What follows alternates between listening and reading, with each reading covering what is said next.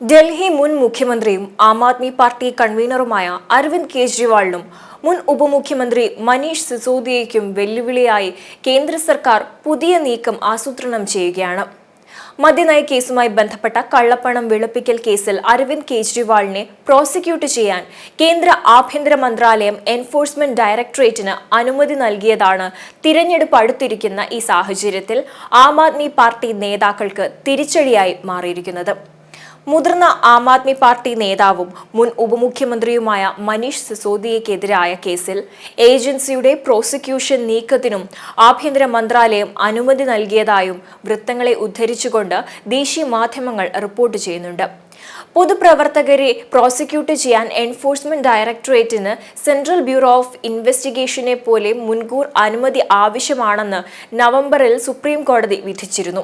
ഈ സാഹചര്യത്തിലാണ് ആം ആദ്മി പാർട്ടി നേതാക്കൾക്കെതിരായ കേസിൽ ആഭ്യന്തര മന്ത്രാലയത്തിന്റെ അനുമതി ഉണ്ടായിരിക്കുന്നത്.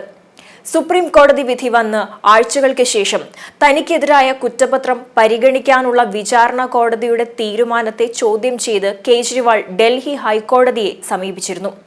തന്നെ പ്രോസിക്യൂട്ട് ചെയ്യാൻ എൻഫോഴ്സ്മെന്റ് ഡയറക്ടറേറ്റിന് അനുമതിയില്ലെന്നായിരുന്നു അദ്ദേഹത്തിന്റെ വാദം.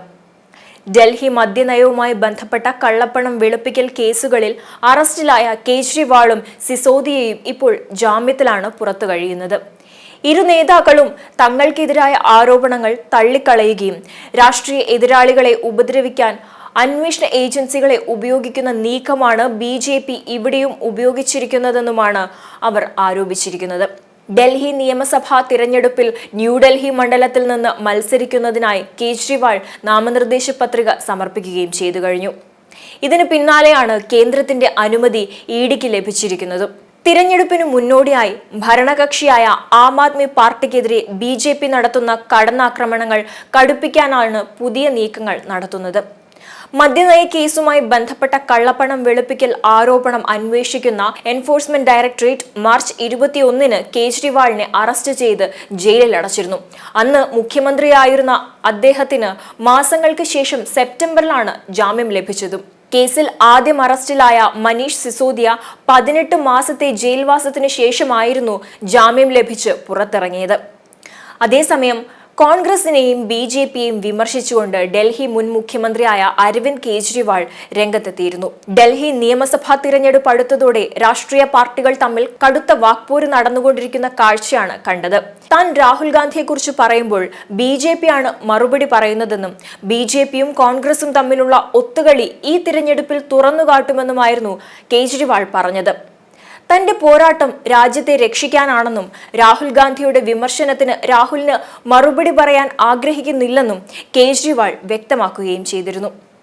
കേജ്രിവാൾ പൊള്ളയായ വാഗ്ദാനങ്ങൾ മാത്രം നൽകുന്നുവെന്നും മോദിയെ പോലെ നിശബ്ദനാണെന്നുമായിരുന്നു രാഹുൽ ഗാന്ധിയുടെ വിമർശനം. ഡൽഹിയിലെ സീലാംപൂർ മേഖലയിൽ നടന്ന പൊതുയോഗത്തിൽ സംസാരിക്കവെയായിരുന്നു രാഹുൽ ഗാന്ധി കേജ്രിവാളിനെ വിമർശിച്ചുകൊണ്ട് രംഗത്ത് വന്നത്.